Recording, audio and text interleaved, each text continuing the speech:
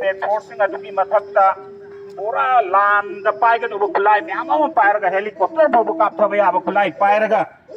uki militant sing duna attack tor pada state force an dugi pau pada anu sibagi pau leire maka tanasu sirape ya bagi kai bi asuk pasindu kari oi ga da bunoi ko thandri asok pasindu khal sifai sing ga ID terrorist para matna koi arab slogan si dong Hầu là zero lòng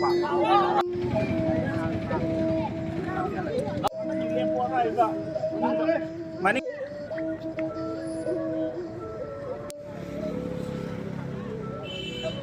दा थोखिबा थौदोक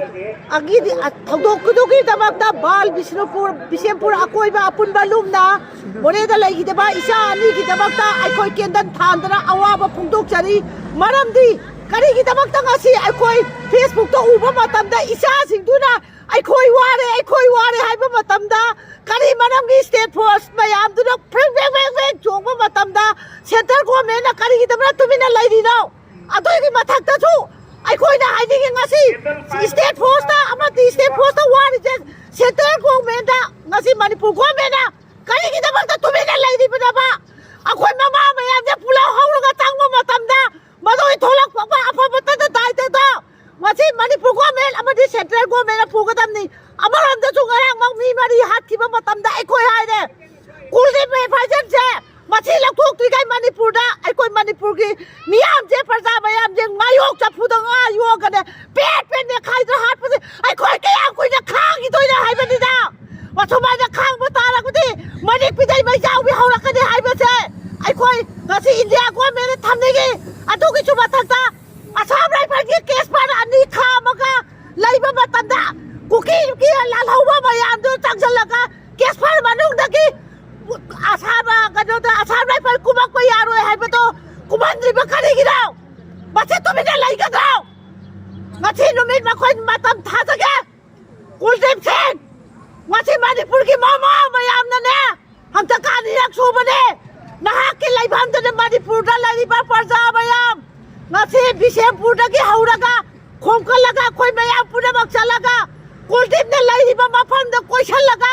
मासे सिथोरगा इतेली ताना मंगक छमदा पाइ हाइबसे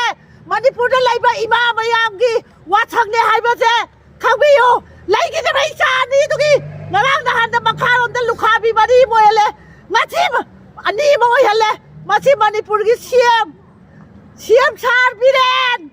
तुम्हें ना लैदे करेंगे now अकोई से कया कोई ना सुमाने खाओगे कया कोई ना बाबा मयाम दा पी मयाम जी का मिका बिरा को जे कया कोई ना तागी तो ना बाबा मिका बिरा को ना थल्ले में खुनाए में ओइ सिराव हप्तिल हमोय दे में खुनाए लुखा बिना खुले में खुनाए ओय अन्याय बसे नांग ना खल्ली ब्रा चपिराव अकोई कुलदीप सिंह अथु बिदा चपिराव नत्रगदे अखोई सोयदना नहा की मफम दा मणिपुर दा लैरिबा ममा मयाम जे चंगजलगा नहा की दो सुक सोय दा क्वेश्चन लनी हाइबसे ममा मयाम की वासंदी लॉन्ग ले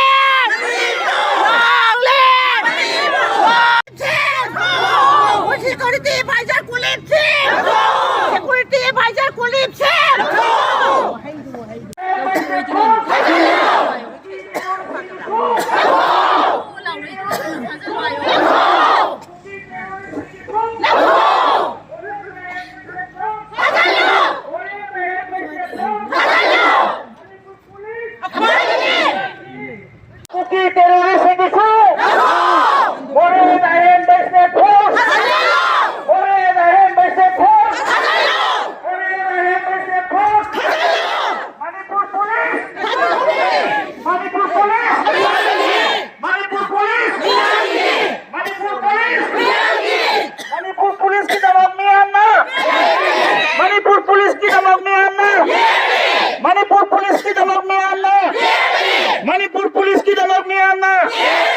Manipur Police! Manipur Police!